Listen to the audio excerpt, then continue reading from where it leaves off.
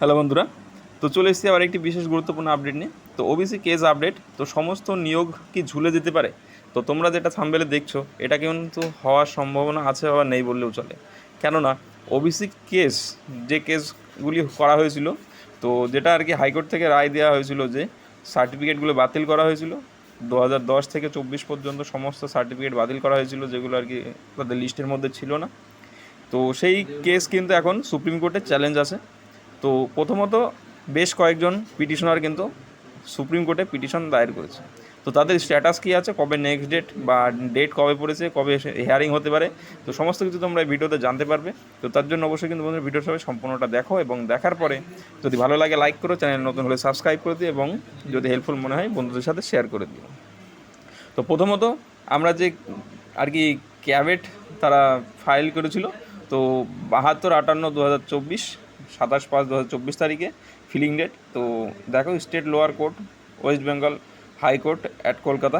তো তার case number ছিল WP 1160/2013 এবং 2024-5-22, এবং যার ডায়েরি নাম্বার কিন্তু দিয়েছে 27/287/2024 এবং 300 মানে 30078/2024।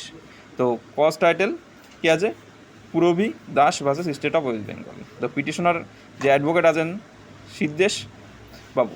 তো এইখানে যে তারা কোর্ট ফিস দিয়েছিল 510 টাকা আর কি, এটা দেওয়া আছে। তো এর পরবর্তীতে এই যে তোমাদের ডায়েরি নাম্বারে এটা দিয়ে যখন আমি সুপ্রিম কোর্টের যে স্ট্যাটাস সার্চ করে, তো সেখানে আমি যখনই সার্চ করলাম সেখানে কিন্তু যে কেসের ডিটেলস বা নেক্সট ডেট কোনো কিছু কিন্তু দেখায়নি। আমি তোমাদেরকে সেটা দেখাচ্ছি, এই যে দেখো। তো নাম্বার অফ সিরিয়াল নম্বর দেখো, 1 নম্বর। এখানে বেশ কতগুলি মানে যতজন পিটিশনার আছে সকলেরই নাম দিয়ে দিয়েছে এবং সমস্ত ডিটেলস দিয়ে দিয়েছে। কিন্তু এইখানে যে কলকাতা হাইকোর্টের যে কেস নম্বর সেটা কিন্তু এইখানে আর কি যে আর কি সুপ্রিম কোর্টের যে কেস ডকেট নম্বর যেটা তারা কিন্তু এখনও দেয়নি, এবং সেখানে শুধু ক্যাবিনেট নাম্বার এবং ডায়েরি নাম্বারটা দিয়ে রেখেছে।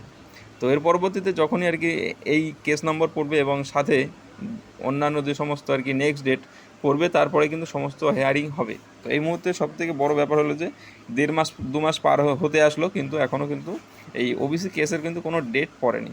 তো যতদিন না ডেট পড়বে ততদিন কিন্তু কেসের কোনো আপডেট সেইভাবে উঠে আসবে না।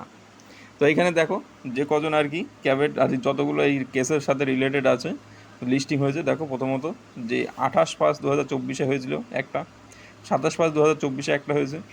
তো এখানে আলাদা আলাদা যারা যারা করেছে সকলেরই নাম দেওয়া আছে। তার 22/5/2024 কিন্তু হয়েছে। তো এইগুলি সমস্ত কিছু এখানে দেওয়া আছে। তো তোমরা চাইলে ভিডিওর পজ করে দেখে নিতে পারো, বা যদি চাও তো পরবর্তীতে তোমরা নিজেরাও সুপ্রিম কোর্টের ওয়েবসাইটে গেলে পেয়ে যাবে। এই কেসের ডায়েরি নাম্বার বা ক্যাবেট নাম্বার তোমরা দিয়ে যখনই সার্চ করবে, তো সবগুলো কিন্তু দেখো অ্যাক্টিভ আছে।